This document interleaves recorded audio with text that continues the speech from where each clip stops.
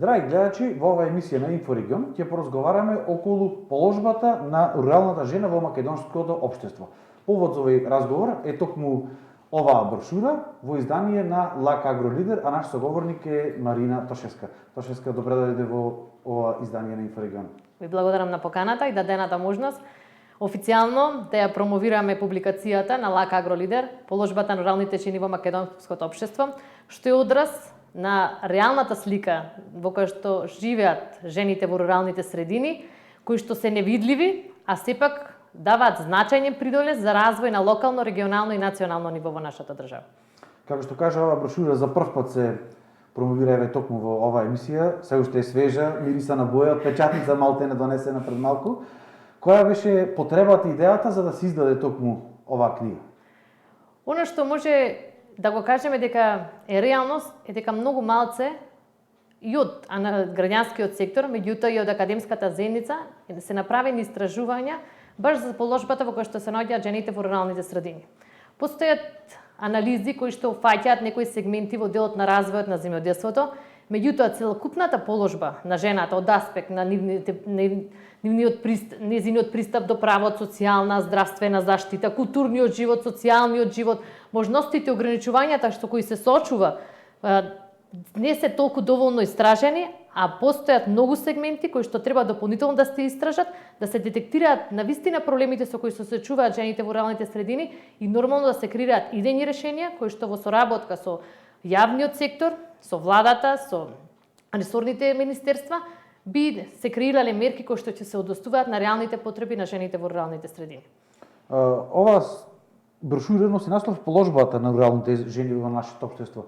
Каква е положбата? Со кои се најголемите предизвици со кои што се соочуваат тие? Нормално и проблемите.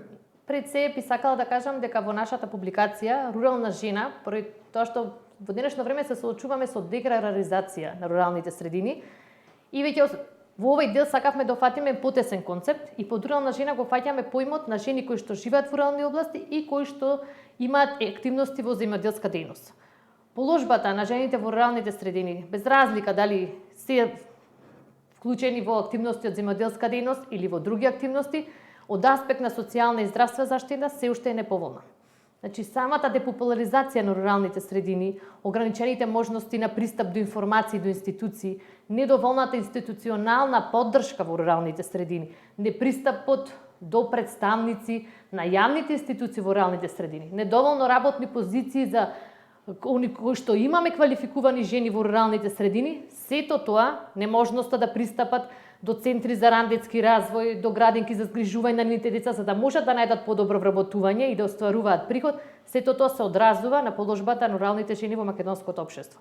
Оно што го детектира оваа публикација е одраз на истражување што Лак Агролидер го направи во периодот на месецот септември-октомври минатата година, меѓутоа продолживме со дополнително истражување во месец март оваа година, кој што пак беше насочено баш на пристапот на руралните жени до здравствена заштита и до права кои што произлегуваат од Законот за здравствена заштита.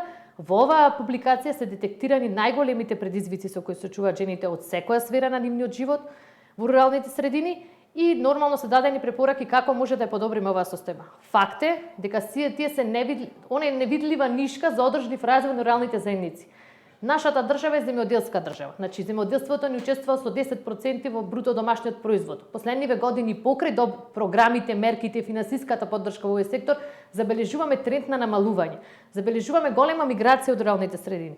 А свесни сме и непобиен факт е дека жените се столбот, зашто тие се вклучени во репродуктивната и социјалната сфера. Доколку ги поддржиме жените во руралните средини, може веќе да зборуваме дека правиме еден голем исчерпор кон рамномерен развој и навистина да создадеме еднакви можности во сите заедници. Кои се тие клучни моменти кои што викате придонесуваат за иселување од односно таа миграција село-град? Кои се тие права, услуги, можности што руралните жени ги немаат, кои ќе испоредиме со оние жени кои што живеат во една урбана средина? Не зборувам за целосен непристап до права, туку зборувам за ограничени можности. Еве да почнеме од она што ни е најважно на сите наш, тоа се правата од социјална заштита. Значи, немањето на објекти за згрижување на деца, немањето на објекти за згрижување на деца со попреченост, немањето на услуги за поддршка на стари лица во домот, од немањето на социјален работник во руралните средини, каде што може да добиете информации, да аплицирате на мерки од социјална заштита.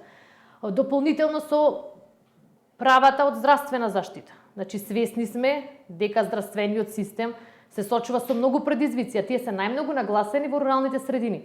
Имаме случаи каде што луѓето се приморани да патуваат 30 километри, особено за жени, кои што во големиот број жените во руралните средини немаат свое возило и немаат возачко дозвола, значи треба со јавен транспорт, кој што во време на ковид па беше и ограничен, да треба да патуваат 30 километри за да остварат право од здравствена заштита или да остварат право од социјална или да појдат до агенција за вработување па да дознаат за мерките, можностите што им се нудат. Сето тоа е ограничениот пристап на информации неповолно влијае на состојбата на жените во руралните средини.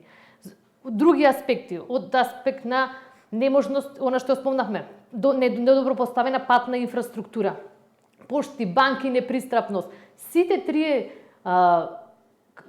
влијаат негативно за да жената може да го обезбеди својот развој, а и да помогне да го даде својот придонес да се развие и заедницата од незина перспектива. Она што е многу недобро во моментов и што се ограничувачко е тоа што самите стереотипи, поделбата на улогите на машко-женски не обезбедува доволно учество на жената ниво процесите на креање политики и одлучување. Ние имаме закон со кој што формираме учество на жените во процесите на креање политики и донесување на одлуки на локално ниво, меѓутоа во помалите локални заедници, руралните општини, тој закон речиси да не се почитува. Каква е таа родова застапеност во помалите средини? Машко-женски односи? Во однос на донесување одлуки на политиките? Да. Нели со закон би требало да биде по 40%, меѓутоа ние забележуваме рурални општини каде што застапеноста на жените по 20%. Колку жените од руралните средини се запознати со правата кои што ги имаат? Она што исто мора да го детектираме е недоволниот пристап до информации и правата кои што му следуваат, несвесноста за можностите кои што ги нуди здравственото и социјалното и пензиското осигурување. Голем дел од жените во руралните средини немаат пензиско и социјално осигурување, значи здравствено осигурување немаат лично на нив, туку користат здравствено осигурување од член на семејството, претежно од сопругот.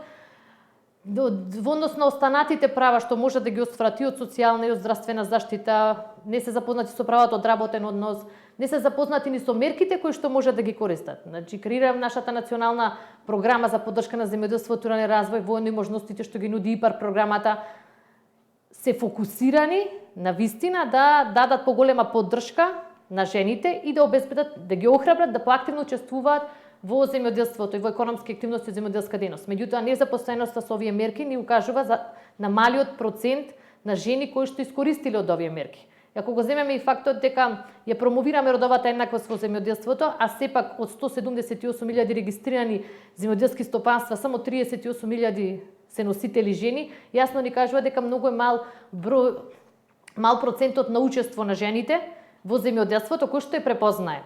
Че овде правиме муабет податоци што се статистички видливи. Најголемиот дел од жените во руралните средини кои што се вклучени во активности од земјоделска дејност статистички се невидливи. Односно, тие се дел од таа така наречена неформална економија, каде што земјоделството учествува со 52,3% во вкупната неформална економија во нашата држава, а од неформалните работници најголем процент се жени, тука спаѓаат домашните работници и неплатените семејни работници. Каде што пак кажам, кога би споредиле, а не постојат доволно статистички податоци од нашите релевантни институции во однос на процентот на учество на жените од рурални и урбани средини во неформална економија, меѓутоа, под анализите на терен, укажуваат дека најголем дел и во неформалната економија, и во делот на домашни работници, неплатени семејни работници, припаѓа на жените од руралните средини. Целокупниот товар на семејството, пак ова ќе го нагласам, репродуктивна, продуктивна и социјална сфера, цел товар го носат жените во руралните средини. Зошто имаме една ваква слика во нашата држава? Зошто државата зошто за државата овие жени се невидливи, како што кажавте, односно целата идеја за издавање на оваа брошура е поради тоа што нема доволно анализи за улогата на руралната жена. Зошто за државата овие жени се невидливи? Државата во последниве години навистина направи некои напори и за прв пат беше креирана и мерката 115 да вистина да даде поддршка на жените во руралните средини кои што се вклучени да почнат активно да се вклучуваат во економски активности и да генерираат приход.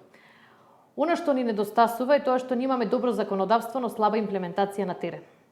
Значи, потребна ни е обезбедување на целосна поддршка на овие жени. во однос на пристап на менторска поддршка, да почнат и сами со свој бизнис, да го сватат дека земјоделството е свој бизнис и дека нивниот труд мора да биде вреднуван. Патриархалната матрица, стереотипизацијата што ни постои се уште и во аспект па на другите сегменти од животот, не пак што го нагласувам здравствениот и социјалниот, значи потребно ние поголема активност и на самите нас граѓански организации на терен да бидеме погласни, за да бидеме и гласот на жените од руралните средини кои што се воздржуваат да окажат нивниот глас. Оно што е евидентно и што ние ностоп го говориме, и не само еве за жените земјоделки, за сите земјоделци. Они се можат да се регистрирани како индивидуален земјоделец, имаат право да користат примарна здравствена заштита, меѓутоа според Законот за здравствена заштита им е одземено правото да користат право на платен надоместок при болест. Ова особено се нагласи сега во време на пандемија со COVID-19. Земјоделците најмногу се погодени од пандемијата, а жените земјоделки, со оглед на тоа дека ностоп се соочуваат со овие ограничувања од социјален, здравствен, технолошки аспект, уште толку, значи се продлабочи нивната и онака економски неповолна состојба. И тука веќе ова природата со COVID-19 и истражувањето на терен ги изваде на површина многуте проблеми со кои се соочуваат жените земјоделки. Значи, она што го детектирам да ни потребна ни е целосен преглед на целосната законска регулатива што ги штити правата на жените и воедно на Законот за работни односи, Законот за здравствена заштита, Законот за социјална заштита, за да се изнајде оптимално решение како да се креираат закони и мерки кои што навистина ќе ги поддржат овие жени и овие жени нивниот труд навистина ќе биде видлив. Ние забораваме дека доколку ги нема жените од руралните средини и веќе свесни сме дека со самата миграција веќе се намалува бруто домашниот производ од земјоделство, руралните средини се повеќе се омршуваат. Најголемиот дел на сиромашно население според нашите статистички податоци покажуваат дека се во рурални средини, во семејства кои што не се веќе во земјоделска дејност. Ако не им се даде дополнителна поддршка на жените во руралните средини и од аспект на земјоделие и да почнат во земјоделство, тоа име таму веќе може повеќе да се насочат, немаме можности да отвораме фабрики и да креираме работни места. Тоа е исто проблем. Значи имаме жени во рурални средини кои што се високо образовани, имаат професионално искуство и знаење, меѓутоа не постојат доволно позиции за кои се квалификувани и тие мораат да бараат работа на друго место наместо останат во средината каде што живеат. Ова е навистина еден комплексен проблем. Како сметате дека ќе започне да се решава? За секој проблем има решение, инаку не би било проблем. Мислам дека најбитно ние да се оствари навистина подсврста соработка, значи не само комуникација, туку навистина соработка и заедничко делување на јавниот и граѓанскиот и приватниот сектор во насока на подобрување на положбата на руралните жени. Како може да се направи нешто? Имаме многу бројни примери за тоа. Имаме земји и во регионот кои што направиле големи исчакори напред, а земји од ЕУ, нели се стремиме кон Европска унија и треба да ги пратиме европските трендови и да не забораваме дека самата резолуција на Европска унија од 2008 гласно потенцира дека треба да се намали родовиот јаз, дискриминацијата и да се подобри на животот на жената на село. Доколку сакаме да бидеме членка на кој што се стремиме и сакаме да оваа држава забележи навистина одржлив рурален развој, тогаш треба да се направи преглед на целосната законска регулатива, навистина да се почитуваат мерките кои што се донесени со стратегиите, Законот за еднакви можности, стратегијата за родова еднаквост на дискриминација и да се стави поголем акцент на жените во руралните средини. Зашто тие што не хранат нас и сите генерации и сите поколенија и во оваа пандемија видовме дека се ставени во навистина тешка ситуација. А постојат решенија, да, е процес, меѓутоа за секој треба почеток. Пандемијава ни нагласи дека во некои сегменти од животот, во однос на родовата еднаквост, имаме направено некој исчекор напред. Меѓутоа во време на пандемијава не треба да дозволиме тој исчекор напред да не доведе да се вратиме 2 чекори назад. Значи навистина треба да се потенцира и каде се проблемите на руралната жена и да се креираат идејни решенија како да се решат проблемите со кои се соочуваат жените во руралните средини, да им се обезбеди финансиска поддршка, пристап до социјални и здравствени услуги, да се подобри животот во руралните средини и навистина веќе да можеме да зборуваме дека ние навистина креираме еднакви можности за да може да имаме развој на локалните заедници. Дали барем за сега како граѓански сектор имате некаква комуникација со државните институции и дали барем се гледа тоа светло во тунелот да се започне со некаква реформа? Имаме воспоставено соработка со јавните институции, а светло секогаш постои, тоа е надежта во нас. Меѓутоа, треба сега веднаш и одма. Значи, не може повеќе да го одложуваме проблемот, а пандемијата со COVID-19 не само кај нас, туку секаде во светот нагласи дека потребни се веднаш политички интервенции, родово сензитивни политики, кои што ќе бидат со посебен фокус на жените што се активни во земјоделскиот сектор. Вакви политички интервенции имало во останатите држави како примери? Да, веќе земе Хрватска. Значи во Хрватска со цел да се помогне жените во руралните средини и жените земјоделки, хрватската влада одлучува целокупното производство да им го откупи. Тоа што кај нас не се случи со затворањето на локалните пазари, непристапност каде да ги продадат своите производи, жените земјоделки беа оставени со намалување на приходите од 30 до 80%. Ако земеме дека најголем дел од земјоделските стопанства, каде што носители се жени, остварува 2000 евра од продажба на земјоделски производи. Кога ќе се намали приход од земјоделски производи, тогаш тие не од релативна веќе стануваат дека живеат во екстремна сиромаштија. И во светов пандемијата нагласи колку е важна храната и земјоделството. Кога земјоделството е толку благородна работа, во нашата држава е најнеплатена. И земјоделците ни се најсиромашните, особено жените, ни се едни од најсиромашните категории на луѓето во држава што живеат во руралните средини.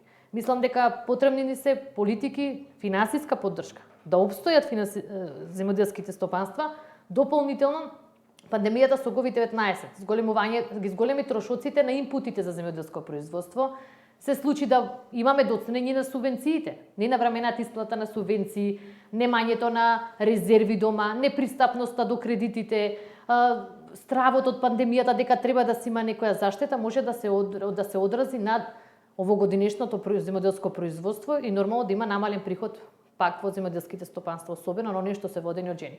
Зашто видете што ни се случи за време на пандемијата. Не беа доволно информирани за самото затворање, за мерките за да се спречи ширењето на вирусот, не беа доволно информирани. Друго, жените не се толку физички силни како мажите и за земјоделските активности здружно работат.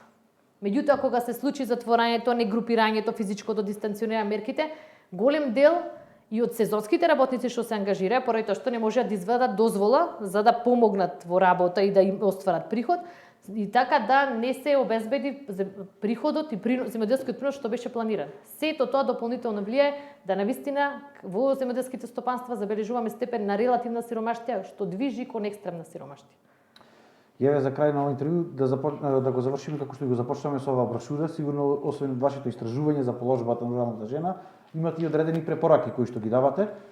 Кои се според вас тие итни препораки, како што викаме не денес, туку вчера, треба да ги превземе државата? Препораки многу имаме, меѓутоа сакаме да започнеме од обезбедување на здравствена заштита, промена на законот за работни односи, обезбедување на платен надоместок за отсуство за регистрирани земјоделци, обезбедување на платено породилно отсуство или надоместок за грижа за дете, раѓање и мајчинство за жени кои што се регистрирани како земјоделки, обезбедување на пристап до услуги од социјална заштита во руралните средини, зашто еве сведоци сме, имаме општина до нас, општина до Онени со 37 населени места без градинка каде што жените би можеле да ги згрижат нивните деца, што е тоа дополнително оптоварување за нив. Обезбедување воено услуги во руралните средини, што ќе помогне да се згрижат и постарите лица, воено и обезбедување услуги за лица со попреченост. Она што би сакале да го потенцираме и не е неопходност е економското јакнење на жената. Тоа значи пристап до информации, креирање на мерки кои што ќе бидат директно насочени и со финансиска, со менторска и со советодавна поддршка, со што ќе се зајакне економската позиција на руралната жена, а самото социоекономско јакнење на руралната жена и незиното овозможување да учествува во локалните процеси на донесување одлуки и одлучување ќе значи бенефит и за семејството, и за локалната општина, и за регионот, и за нашата држава. Она што е наша порака е дека крајно време е да се препознае улогата што овие жени ги имаат на нашето општество и навистина да им се даде поддршката што им е потребна, а особено во ова неизвестно време. Да не дозволиме, пак ќе напоменам, тие кои што хранат генерации и тие кои што се први на браникот на борбата. Видовме и со пандемијата со ковид, без храна не можеме да поминеме, за заштита на децата, за изгубување на семејства, за зачувување на традицијата и ред други работи кои што на први набраникот за климатските промени и ред други работи со кои што се борат во ова невреме жените од руралните средини, навистина да им го признаеме трудот и да им помогнеме да имаат достоинствен живот. Ви благодарам за овој интервју и да се надеваме дека овие пораки ќе стигнат до надлежните, дека конечно ќе се започне со таа долго очекувана реформа за положбата на руралната жена во нашата држава. И јас ви благодарам. Публикацијата може да ја најдете во просториите на Лак Агролидер во Прилеп. Војно е достапна и на нашата веб страна. Ќе биде војно достапна и на албански и на англиски јазик со цел да достигнеме поширока публика. И се надевам дека во соработка со вас медиумите ќе бидеме гласот на оние кои што се воздржуваат да гласа, да се искажат. И наредна година се надевам дека ќе имаме направено мал, но значаен исчекор во подобрување на положбата на руралните жени во македонското општество. Ви благодарам. Тоа беше Марина Тошевска од Лак Агролидер. Се гледаме во наредното издание на Инфорегион.